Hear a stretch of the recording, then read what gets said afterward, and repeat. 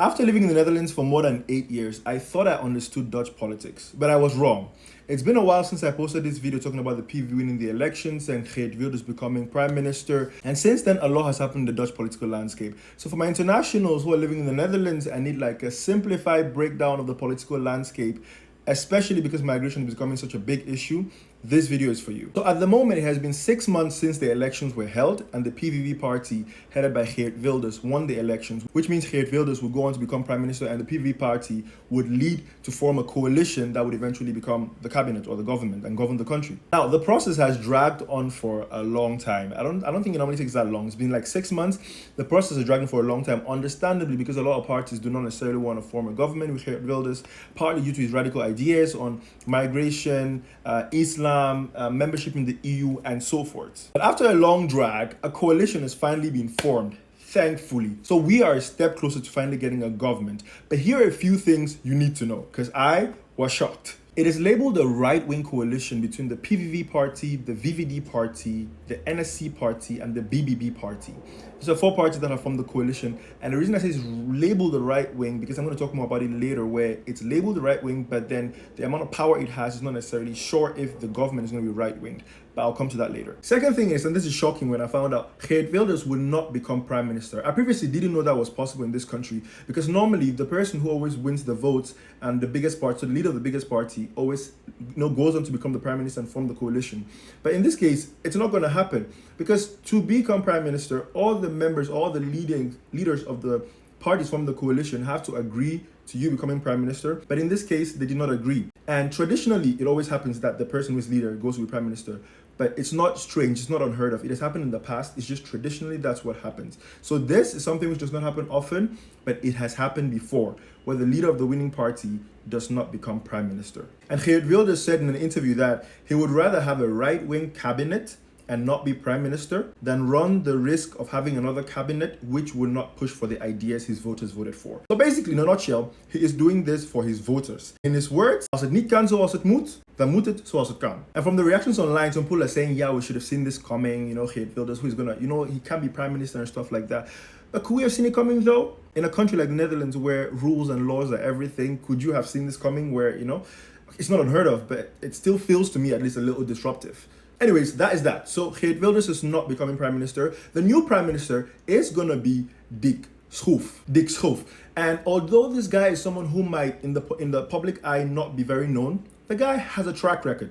Let me read out a few of his things he has done before. So he has been the director, long in the past, he's been the director of the IND, so the Immigration and Naturalisatiedienst. He has been the head of the Dutch Secret Service. He's been the national coordinator for fighting terrorism and defense. He's been the Secretary General for the Ministry of Justice and Defense. He has done a lot. He has a track record and he has the expertise.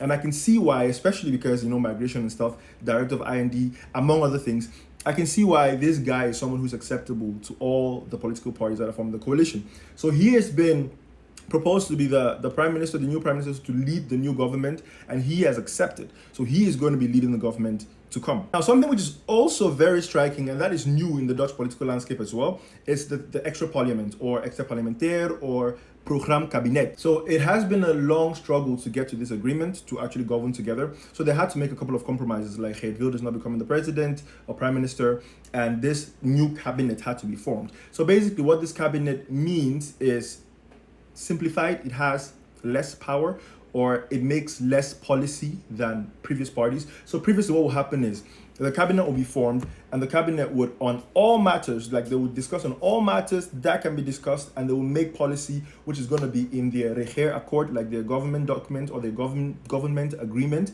And that's going to be proposed and then eventually taken into action, and the government is going to execute the things in those policies. That was on all matters. But now with this program cabinet, they're just going to be making policy as a coalition on main topics like hoofdlijnen. So not on everything, but on main topics. Some of those main topics are, migration, asylum, which is very high on the agenda. I think they already came up with migration policy, which is so strict that it's almost in it's almost clashing with the EU's new migration policy they just came up with as well. I was in the EU Parliament like last week, and I heard about the new migration policy, and the next day I heard the Dutch one is like clashing with that one to some degree. So I'm curious to hear what that is. Let me know if you want to find out more about that as well, and I can make a separate video about that. But migration and asylum is one of the issues. Defense, housing, education, foreign affairs, nitrogen. Those are the main things which the government is going to sit on and make like a regeerakkoord, like a government agreement. But for the rest, it's flexible. Like for the rest, it's just, I think the Tweede Kamer or the Eerste Kamer is going to like debate on that. That means they don't have, it feels to me they don't have as much power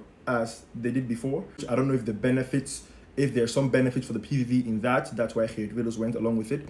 I'm not sure, but that's something which is new as well, the Program Cabinet, which is very atypical and it's not like the cabinets we had before. So those have been some of the main elections updates with the Dutch political landscape. And now going forward, basically, there is a prime minister, so there have to be ministers. And as opposed to last year or previous years, the ministers were proposed by the, the big parties who were forming the coalition, and then eventually ministers were chosen, and then they will be presented to the king. But this year, ministers can come from anywhere. So not only the parties forming the coalition, but from other political parties and also outside of politics. I'm talking like Donald Trump kind of stuff. You can be a businessman and just basically you and I could be ministers. All you have to do is just have the expertise. If you have the expertise, basically anybody could become a minister. So now they have to like pick out ministers, have interviews, basically sollicitatiegesprekken, just like have interviews with people. And then when the ministers are chosen, the government is formed, that's presented to the king, and then eventually they can start governing. So the process is evolving, which is great, because I was really scared there was not going to be a coalition formed. But there is a coalition, there is a prime minister, now we just need ministers, and then the government is formed, and then eventually they can start ruling the country. That might take a couple more weeks, but hopefully by the end of the summer, or hopefully by the start of fall, we have a functioning government. Progress is being made. Hopefully this government, it's a right-wing government, but let's see how it goes. But yeah, for those of you who were wondering what the Dutch landscape was like politically, there you go. Hope this was helpful.